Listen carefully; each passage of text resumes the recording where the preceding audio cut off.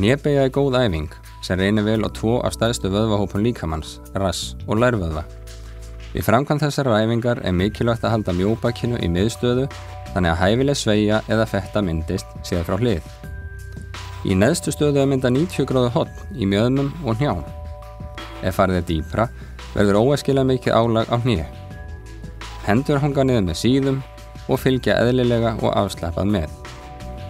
Það er mikilvægt að gera þessa æfingu hvorki of hægt né of hratt, heldur færa líkamann rólega en þó ákveðið úr efstu stöðu niður í 90 gráður eins og sést hér í mynd og í framhaldinu spyrna rólega aftur upp í upphafsstöðuna.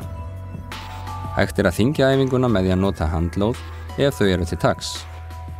Endurtakið æfinguna 12 til 15 sinnum.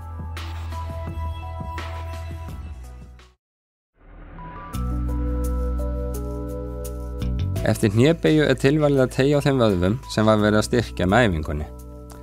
Til dæmis má byrja á því að teygja á vöðvum framan í lærum með því að styðja sig með vinstri hönd við vegg og grípa ökkla hægri fótar með hægri hönd eins og sýnt er hér.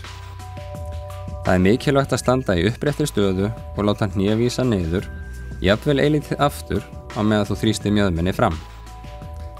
Þannig framkallast besta teygjan í framalærisvöðvanum. Haldi stöðunni í 30 sekúndur og endurtakið svo fyrir gagnstæðan fótlegg.